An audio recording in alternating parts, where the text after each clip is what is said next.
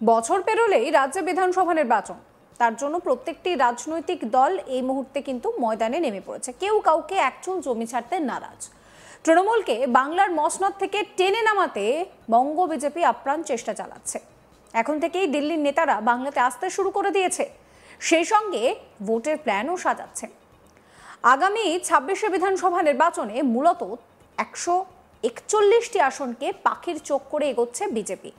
এই 141টি আসনে 2019 সালের লোকসভা, 2021-এর বিধানসভা, 2024-এর লোকসভা ভোটে কোনো না কোনোটাতে বিজেপি সবচেয়ে এগিয়েছিল।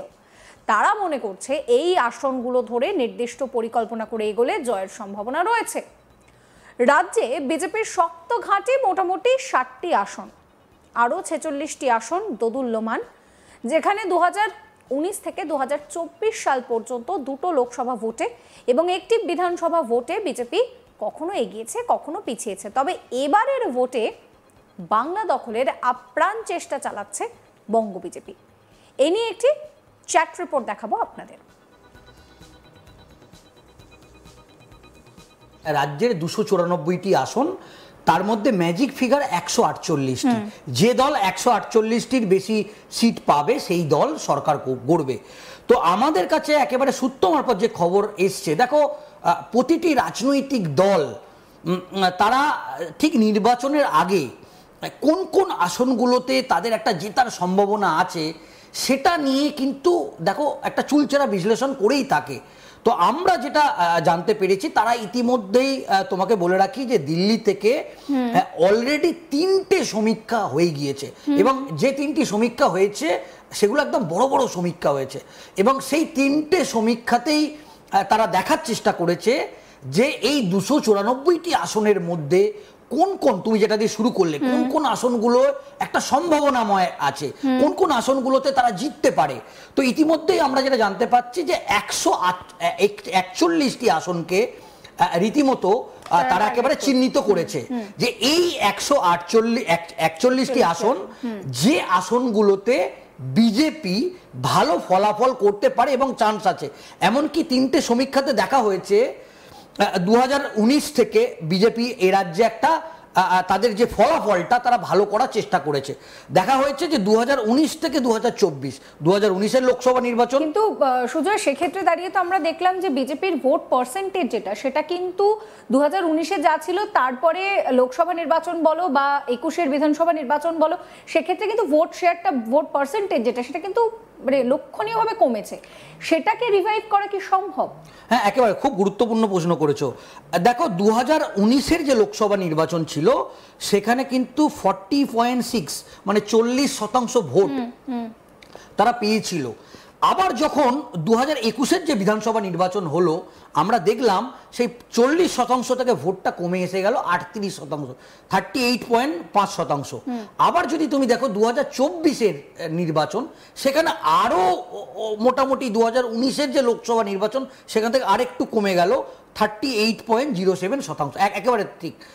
এই যে ভোটটা বিজেপি যেটা দাবি করছে, তাদের যে 40% অ্যাপ্রক্স তারা দাবি করছে যে ডেডিকেটেড ভোট, তারা বলছে যে এই ভোটটার মেজর পার্ট তাদের হিন্দু ভোটার।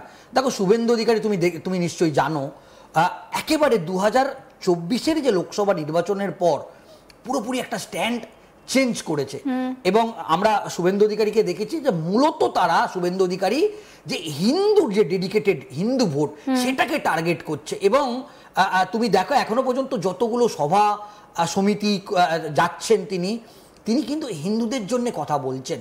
এবং সুজয়, এই মুহূর্তে একটা কথা আমার খুব তোমার সাথে বলতে ইচ্ছে করছে যে হিন্দু ভোট নিয়ে বিজেপি মাতামাতি করছে, সেটা একটা স্ট্র্যাটেজি, ঠিক কথা। কিন্তু যে বাড়িতে ধরো লক্ষ্মীর ভান্ডারের টাকাটা ঢুকছে, যে বাড়িতে ধরো কন্যাশ্রী টাকাটা ঢুকছে, সে যে ধর্মেরই হোক না কেন, সে যখন ভোটটা দিতে যাবে সেটা ভাববে যে আমার হিন্দুত্ব নিয়ে কথা হচ্ছে, আমি সন্ধ্যাবেলা ধূপ দিতে পারছি কিনা সেটা নিয়ে কথা বলবে, না সে তার ব্যাংক অ্যাকাউন্টে মাসে মাসে এই টাকাটা ঢুকছে সে সেটা নিয়ে বেশি কনসার্ন হবে এবং ভোটটা তৃণমূলকে দেবে? একেবারে তুমি অত্যন্ত গুরুত্বপূর্ণ প্রশ্ন করেছো, এবং এটাই কিন্তু আমরা যেখানেই কান পাচ্ছি এখন সেখানে কিন্তু এই প্রশ্নটা নিয়ে আলোচনা হচ্ছে যে মমতা বন্দ্যোপাধ্যায়ের যে সামাজিক যে স্কিমগুলো, সেগুলো কিন্তু অত্যন্ত জনপ্রিয়। তুমি যেটা বলেছো, একটা জেলার একজন মহিলার কাছে প্রত্যেক মাসে 1000 টাকা, মানে বছরে 12,000 টাকা। আমরা তো এও দেখলাম যে লক্ষ্মীর ভান্ডারের টাকা জমিয়ে দুর্গাপুজো করছে। একেবারেই তাই। তো সেক্ষেত্রে একদম তাই। এবং এটাও শোনা যাচ্ছে যে বিধানসভা ভোটের আগে হয়তো লক্ষ্মীর ভান্ডারের টাকা একটু বাড়তে পারে। তো সেক্ষেত্রে বিজেপির কাছে এটা একটা সত্যি খুব বড় চ্যালেঞ্জ। কারণ দেখো, সামাজিক এই প্রকল্পগুলো একেবারে সরাসরি ডাইরেক্ট বেনিফিট পাচ্ছে, একদম সরকারের অ্যাকাউন্ট থেকে ডিরেক্ট চলে যাচ্ছে যে সাধারণ আমজনতার অ্যাকাউন্টে। এই ডাইরেক্ট যে বেনিফিট যেটা পাচ্ছে, এটার অবশ্যই একটা এফেক্ট আছে। এবং এইটাই বিজেপির কাছে সব থেকে বড় চ্যালেঞ্জ। দেখো, ইতিমধ্যেই শুভেন্দু অধিকারী বলছেন যে বিজেপি যদি ক্ষমতায় আসে, অন্নপূর্ণা ভান্ডার সেই 1000 টাকাটা বাড়িয়ে 3000 টাকা দেওয়া হবে। এবং তুমি যদি উড়িষ্যার ক্ষেত্রে দেখো, বা তুমি যদি মধ্যপ্রদেশের ক্ষেত্রে দেখো, লাডলি, তো সেক্ষেত্রে সব রাজ্যগুলোতে কিন্তু এখন, ত্রিপুরাতেও এরকম মডেল করেছে, দিল্লিতেও এরকম মডেল আসছে। দেখো, এই যে সামাজিক প্রকল্পগুলো, এই প্রকল্পগুলোতে মানে কোথাও গিয়ে সুজয় ভোট টানতে ভাতাই কাজে আসছে না। অবশ্যই এটা বলতেই হবে, কারণ সাধারণ মানুষ, তাদের ক্ষেত্রে তাদের কাছে কিন্তু তারা দেখতে চাইছে যে তারা কি সুবিধাটা পাচ্ছে। এবং যেভাবে শুধু তো লক্ষ্মীর ভান্ডার নয়, বিধবা ভাতা, বার্ধক্য ভাতা, একাধিক যে প্রকল্পগুলো, এখন বিজেপি যেটা বোঝানোর চেষ্টা করছে, শুভেন্দু অধিকারী বারবার বলছে যে এটা আমাদের টাকা, জনগণের টাকা। কিন্তু দেখো, এটা সাধারণ মানুষ এটা কতটা নেবে। কারণ সাধারণ মানুষ ভাবছে, যদি তৃণমূল, বিজেপি যদি সরকারে এসে এখন যে প্রতিষ্ঠাটা দিচ্ছে, সরকার এসে যদি না দেয়, এখন এটাই বিজেপির কাছে সব থেকে বড় চ্যালেঞ্জ। এবং বিজেপি কিন্তু প্রতিনিয়ত তারা বোঝানোর চেষ্টা করছে যে সরকারই আসুক না কেন, এই সামাজিক প্রকল্পগুলোকে কোনো সরকারই বন্ধ করতে পারবে না। কারণ এটা একটা বিরাট বড় ভোট ব্যাংক। এবং এটা কিন্তু সাধারণ মানুষ, কিছু কিছু সাধারণ মানুষ তারা বলছে যে এই যে প্রকল্পগুলো, এটা জনগণের টাকা। দেখো, ইতিমধ্যেই তুমি জানো যে সরকারকে রীতিমতো হিমশিম খেতে হচ্ছে দুর্গা পুজোগুলোকে, যে টাকার কথা মুখ্যমন্ত্রী মমতা বন্দ্যোপাধ্যায় ঘোষণা করেছে।